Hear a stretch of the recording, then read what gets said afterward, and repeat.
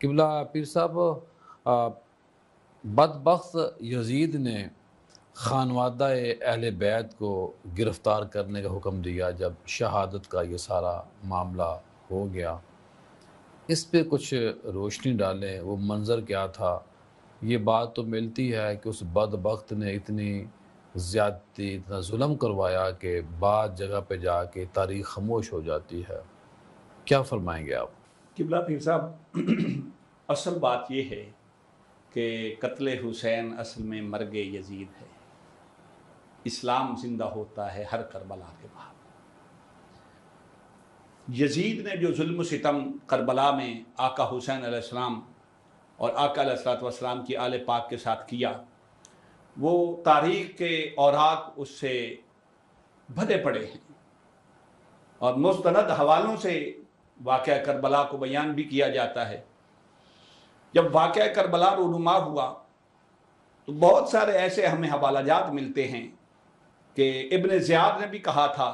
کہ اگر امام حسین علیہ السلام کو میں اگر میدان کربلا میں یہاں گھیرتا نہیں اور انہیں شہید یا قتل نہیں کرتا تو پھر مجھے اپنی جان کے لالے پڑ جائیں گے، مجھے یزید کی طرف سے حکم ہے۔ پھر جو یزید کی طرف سے انعام و اکرام تھا، اس وجہ سے امام علی مقام امام حسین علیہ السلام کے سر مبارک کے نیزے پہ لٹکانے پہ بھی لشکر میں لڑائیاں، کوئی کہتا ہے میں لے کے، خولی کہتا ہے میں لے کے جاؤں گا، دوسرا کو کہتا ہے میں لے کے جاؤں گا۔ یہ جو ظلم و بربریت کی داستان ہے قبلہ، کہ 10 محرم الحرام کے دن امام علی مقام امام حسین علیہ السلام کا سارا خانوادہ کٹ جاتا ہے،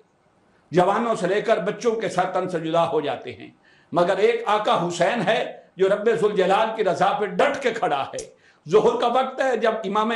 علی اصغر علیہ السلام کی بھی شہادت ہو جاتی ہے تو امام علی مقام امام حسین علیہ السلام یوں حضرت علی اصغر کو میدان کربلا میں رب کی بارگاہ میں پیش کر کے عرض کرتے ہیں، مالک میرے پاس یہ آخری تھا جو میں نے تیری بارگاہ میں پیش کر دیا۔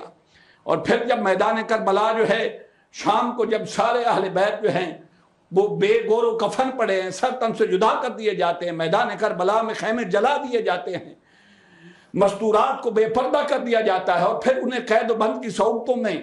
قیدی کر کے سواریوں پہ سوار کر کے لے جایا جاتا ہے۔ میں حضرت زینب سلام اللہ علیہا کے ایک واقعہ عرض کر کے آگے چلنا چاہتا ہوں۔ جب قیدی کر کے لے کے جا رہے ہیں نا، تو سید زینب سلام اللہ علیہا جب امام علی مقام امام حسین کے لاشا کے قریب سے گزرتی ہیں، دیکھتی ہیں سر تن سے جدا ہے اور جسم نازنی پر مٹی پڑی ہے، خون میں لت پت ہے، تو تاریخ اور سیرت کی کتابوں میں ملتا ہے کہ سیدہ زینب سلام اللہ علیہا یہاں صبر کا دامن لمریز نہ ہوا، وہیں اپنے نانا جان کی بارگاہ اقدس میں عرض کی، یا محمد آہو یا محمد آہو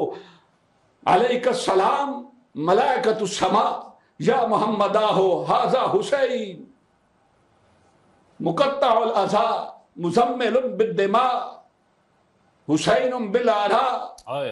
بناتو کا سبایا۔ اے نانا جان دیکھیے، حسین کا لاشا بے گور و کفن پڑا ہے، حسین نے آج خون کا لباس پہنا ہوا ہے، حسین کے جسم نازنین کے ٹکڑے ہو چکے ہیں میدان کربلا میں۔ اور یہ سارا کچھ عرض کر کے پھر سیدہ زینب اللہ کی بارگاہ میں عرض کرتی ہیں، اللہم تقبل منا ھذا القربان، مالک یہ سب کچھ تیرے دین کی خاطر کیا، تیرے محبوب کے دین کی خاطر کیا، اسے اپنی بارگاہ میں قبول فرما لے۔ اور یہ قربانی قیامت تک کے لیے اسلام کو زندہ کر کے دی۔ میدان کربلا سے یہ قافلہ شام تک چلتا ہے،